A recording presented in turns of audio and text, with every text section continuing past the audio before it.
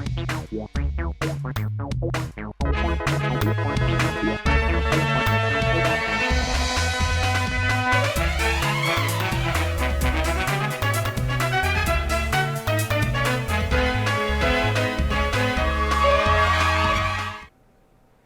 मेरा नाम है जयंती झा और आप देख रहे हैं राष्ट्रीय समाचार। पहले बिना देर की एक नजर डालते हैं हेडलाइंस पर।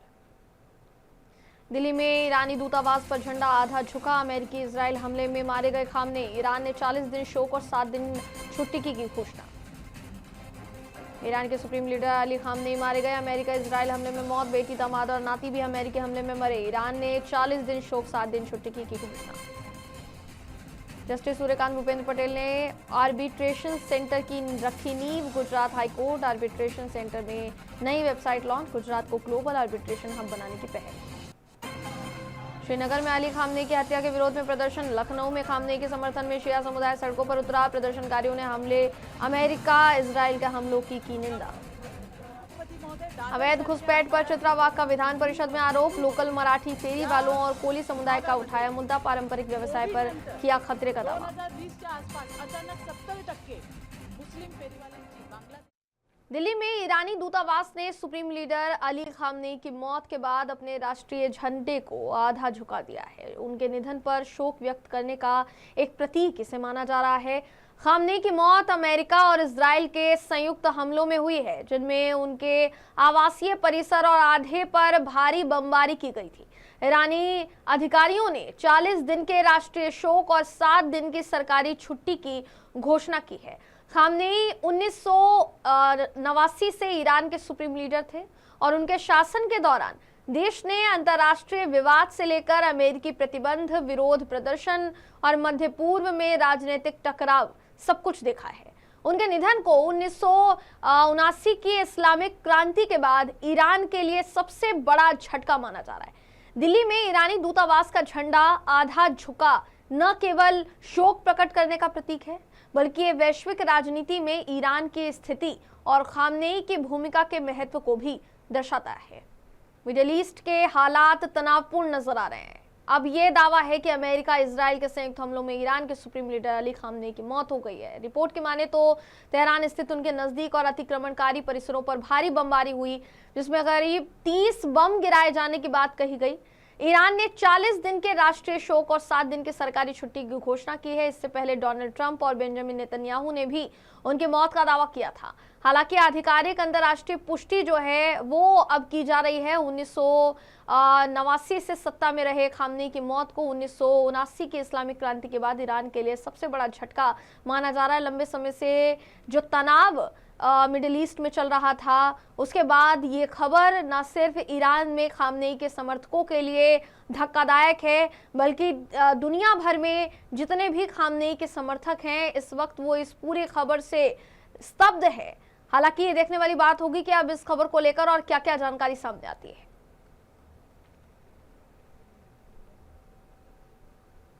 जस्टिस सूर्यकांत और भूपेंद्र पटेल ने अहमदाबाद में गुजरात हाईकोर्ट आर्बिट्रेशन सेंटर के नए अत्याधुनिक भवन की आधारशिला रखी और सेंटर के लोगों का अनावरण किया। इस अवसर पर गुजरात हाईकोर्ट सभागार में institutional arbitration at a crossroads challenges and the way forward विषय पर कॉन्फ्रेंस का शुभारंभ, न्यूज़लेटर का विमोचन, साथ ही साथ केंद्र की रीडिजाइन वेबसाइट का लॉन्च भी किया गया।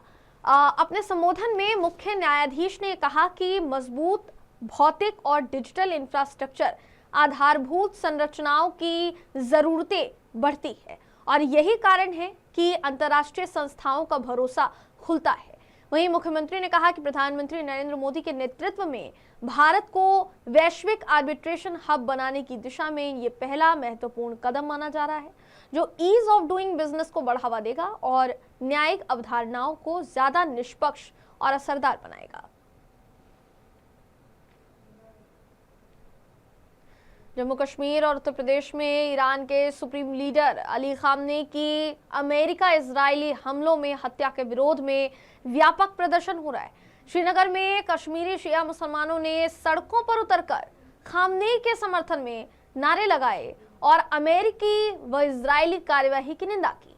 इसी तरह लखनऊ में भी शिया समुदाय ने खामनेई की हत्या के खिलाफ विरोध किया। ईरान के प्रति एकजुटता दिखाई गई है। इन जिलों की बात की जाए तो इन जिलों में स्थानीय समुदायों ने सुरक्षा बलों की निगरानी में शांतिपूर्ण प्रदर्शन करते हुए अंतर्राष्ट्रीय कार्यवाही के खिलाफ अपनी आवाज बुलंद की है।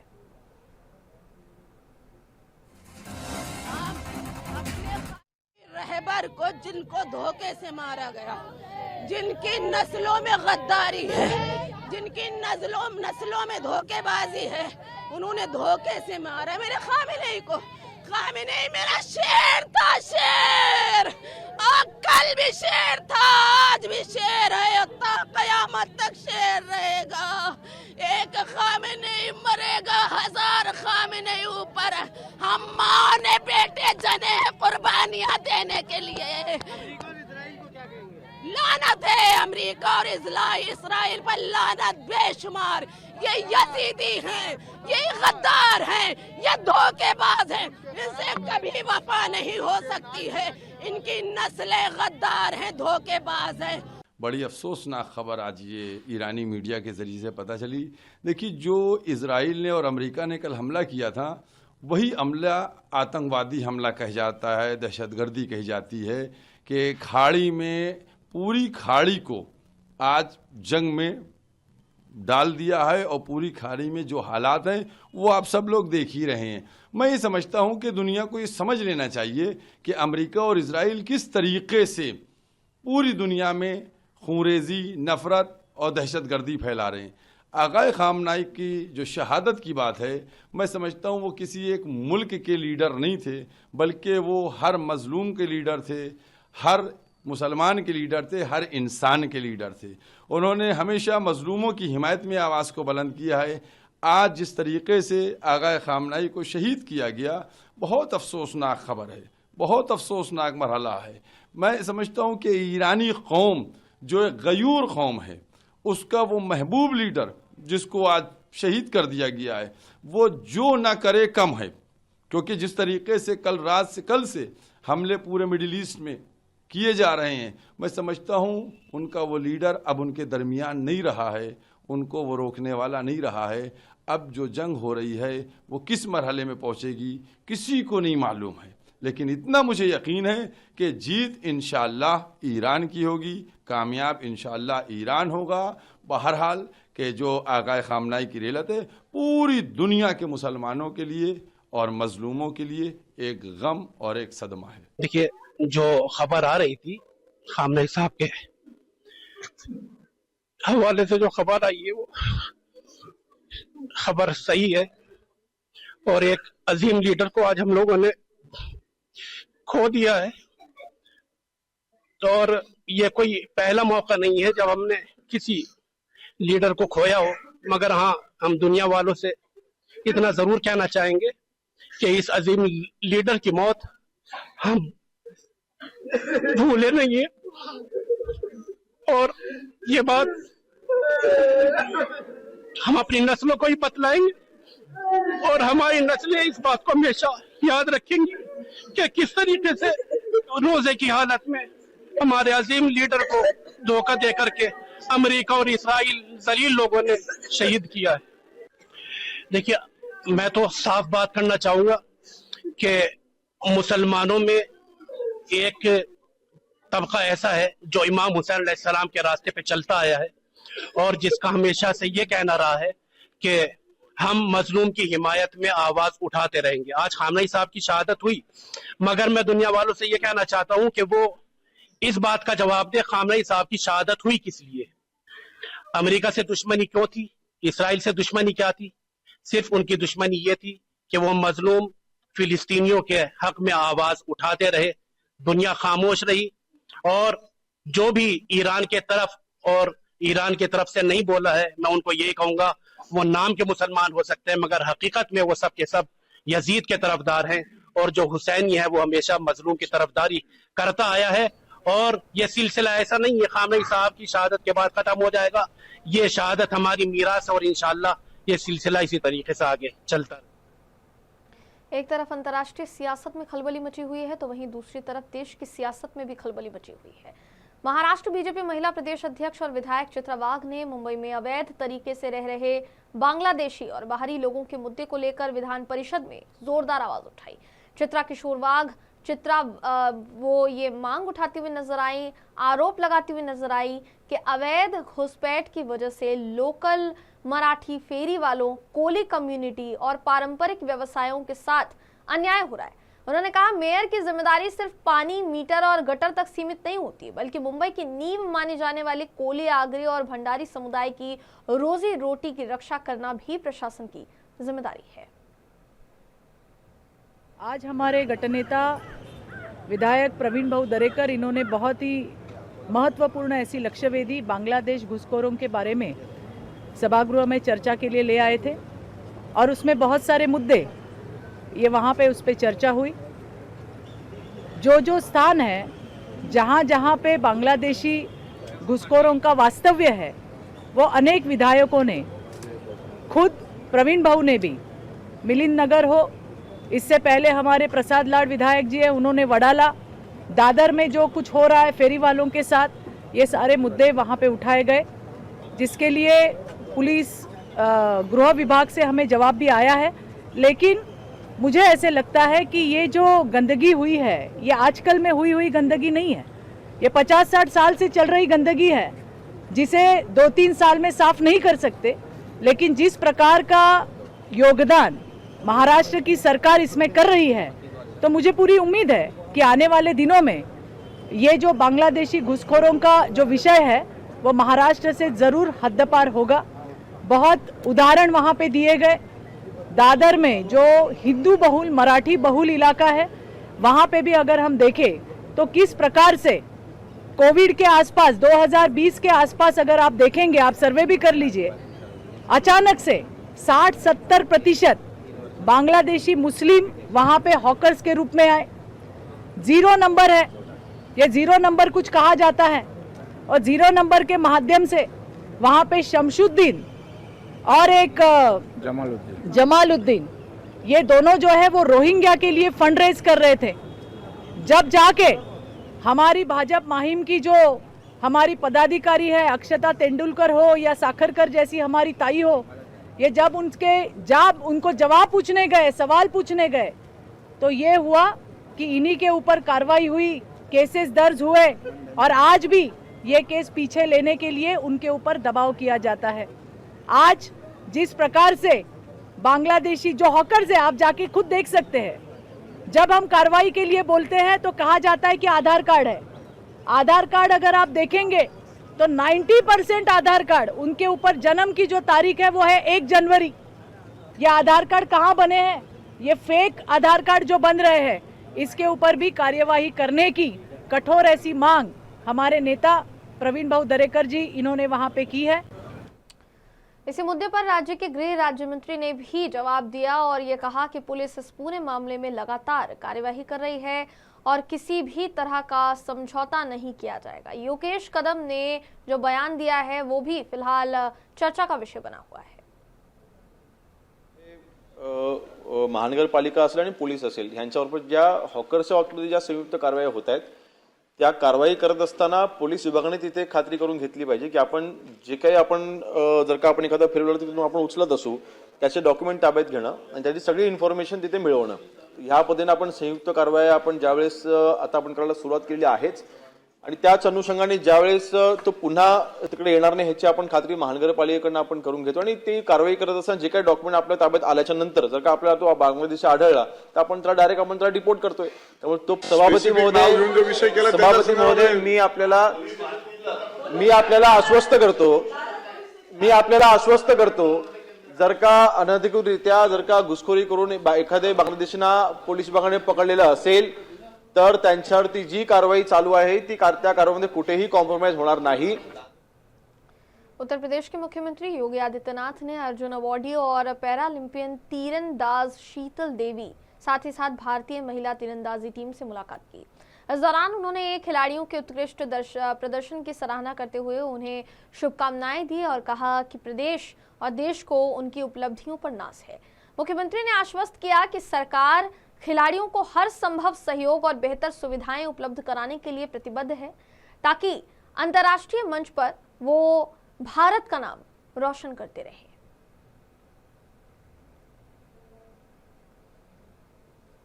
एआई समिट विरोध मामले में कानूनी प्रक्रिया ने नया मोड़ ले लिया है। पटियाला हाउस कोर्ट ने यूथ कांग्रेस अध्यक्ष उदय भानु चिप को मजिस्ट्रेट कोर्ट से मिली जमानत पर अंतरिम रोक लगा दी। यह आदेश दिल्ली पुलिस द्वारा निचली अदालत के बेल आदेश को चुनौती देते हुए दिए जाने के बाद सामने आया।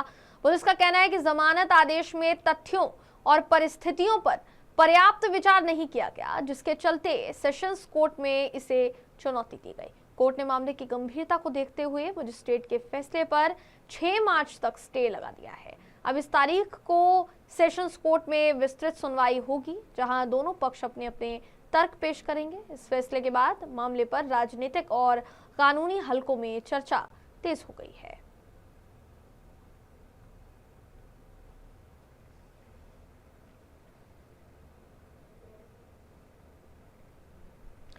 अमित शाह ने जम्मू कश्मीर क्रिकेट टीम को पहली बार रणजी ट्रॉफी जीतने पर बधाई दी। केंद्रीय गृह मंत्री अमित शाह ने जम्मू कश्मीर क्रिकेट टीम को रणजी ट्रॉफी खिताब जीतने पर यह बधाई दी है। इसे एक ऐसा क्षण बताया है जो हर नागरिक को अपार गर्व से भर देता है। शाह ने एक्स पर पोस्ट में यह कहा कि जम्मू कश्मीर के पहली बार रणजी ट्रॉफी जीतने पर मैं क्षेत्र के प्रत्येक युवा को, साथ ही साथ विशेष रूप से टीम जम्मू कश्मीर को जिन्होंने ये इतिहास रचा है, उन्हें हार्दिक बधाई देता हूं।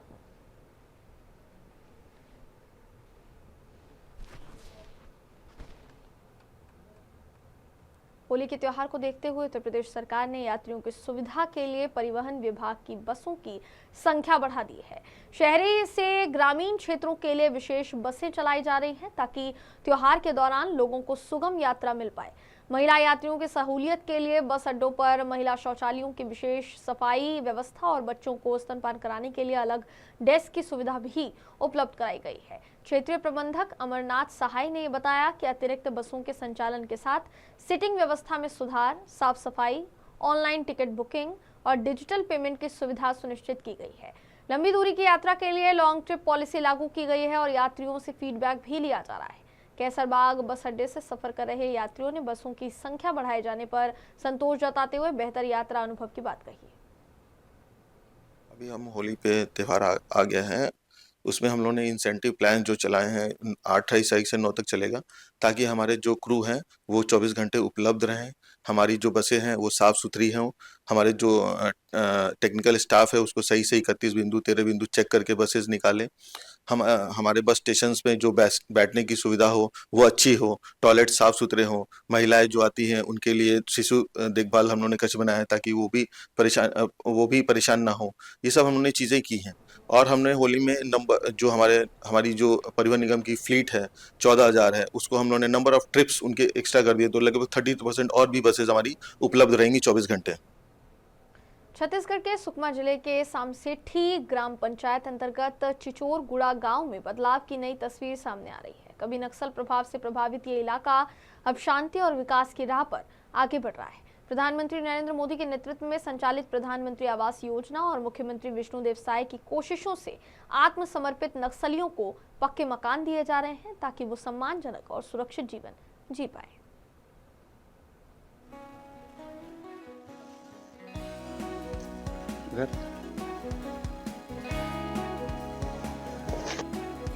छत्तीसगढ़ के सुकमा जिला मुख्यालय से लगभग 15 से 20 किलोमीटर दूर घने जंगलों और दुर्गम रास्तों के बीच बसे ग्राम पंचायत सामसेठी के चिचोरगुड़ा गांव में बदलाव की नई कहानी लिखी जा रही है।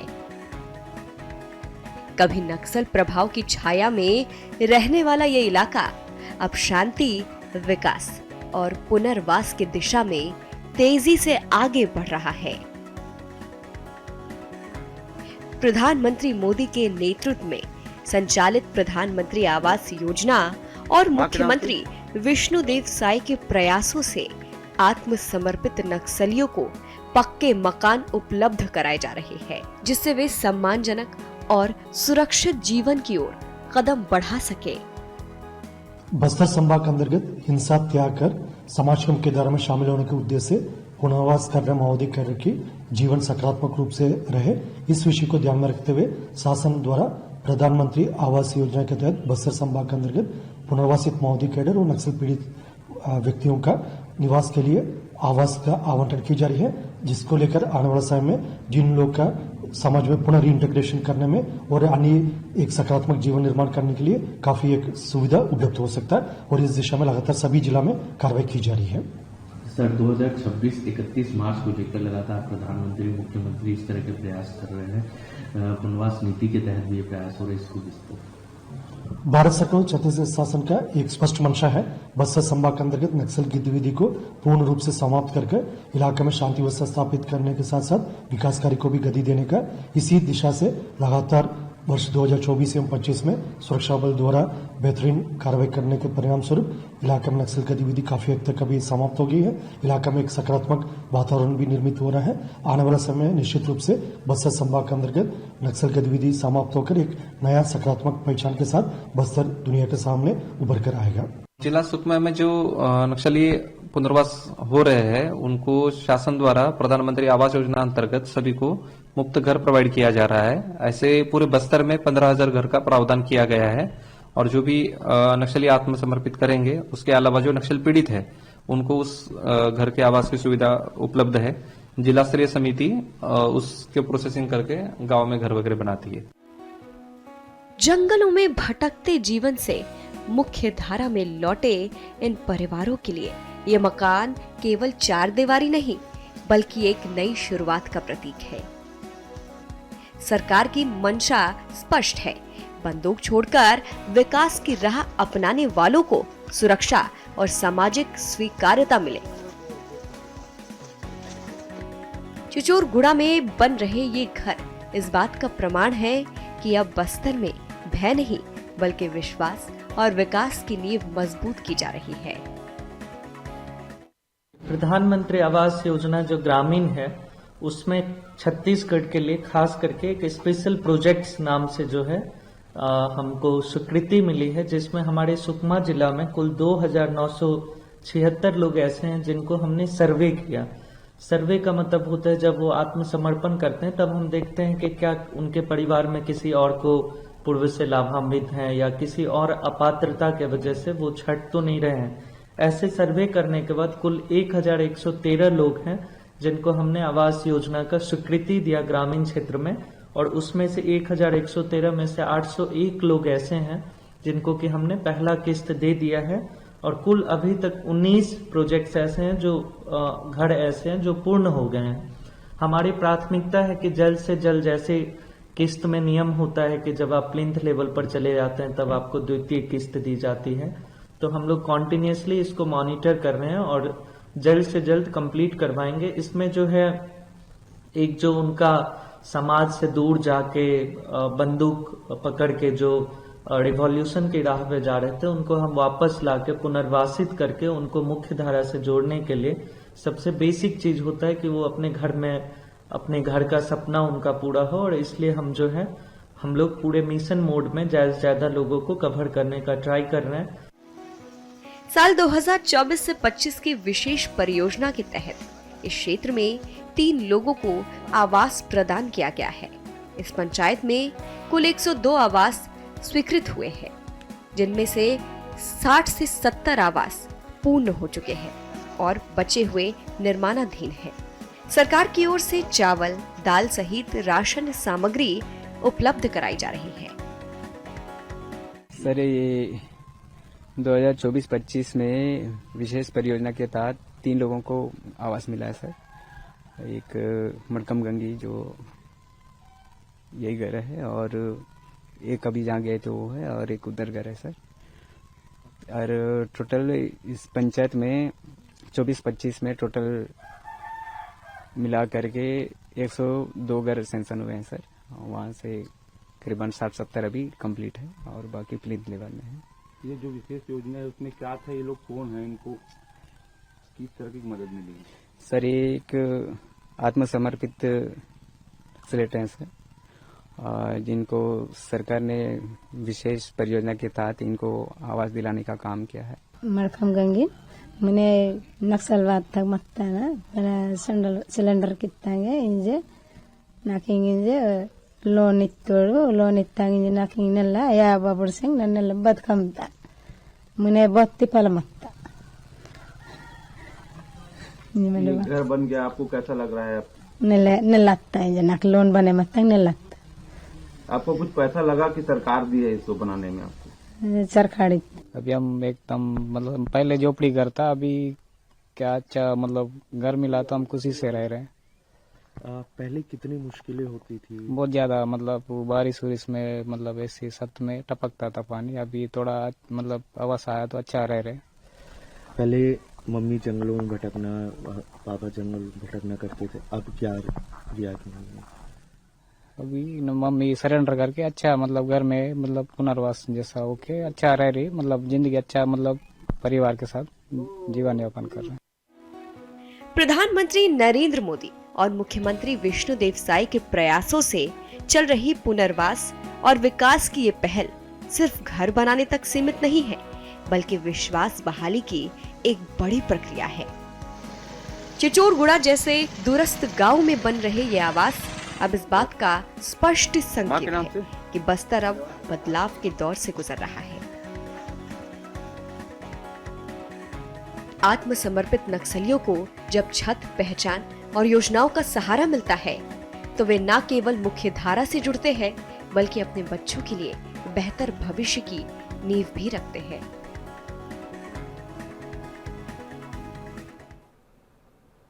फिलहाल खबरों में बस इतना ही। खबरों का सिलसिला यूं ही जारी रहेगा। देश और दुनिया की तमाम खबरों के लिए देखते रहिए राष्ट्रीय समाचार।